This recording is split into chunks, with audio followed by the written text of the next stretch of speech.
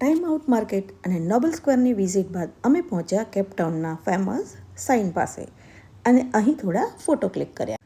ત્યારબાદ અમે પહોંચ્યા પોર્ટ વિસ્તારમાં, જ્યાંથી બોટ રાઇડ, હેલિકોપ્ટર રાઇડ અને સીલ આઇલેન્ડ ટૂર શરૂ થાય છે.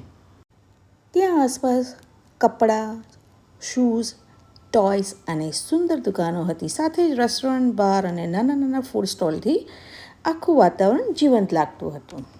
બાળકો માટે મિની ટોય ટ્રેન હતી, જે તેમની ખુશીમાં ચાર ચાંદ લગાવી દેતી હતી. અને અહીં એક પેઇન્ટર સામે બેઠેલી વ્યક્તિને હૂબહૂ પોર્ટ્રેટ બનાવી રહ્યો હતો.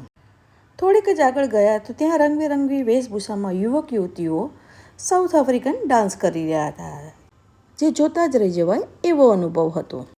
કિનારે ઊભેલી નાવિકના સ્ટેચ્યુ સાથેની સુંદર બોટ ફોટોગ્રાફી માટે આખા પોર્ટ એરિયાનું એટ્રેક્શન હતું.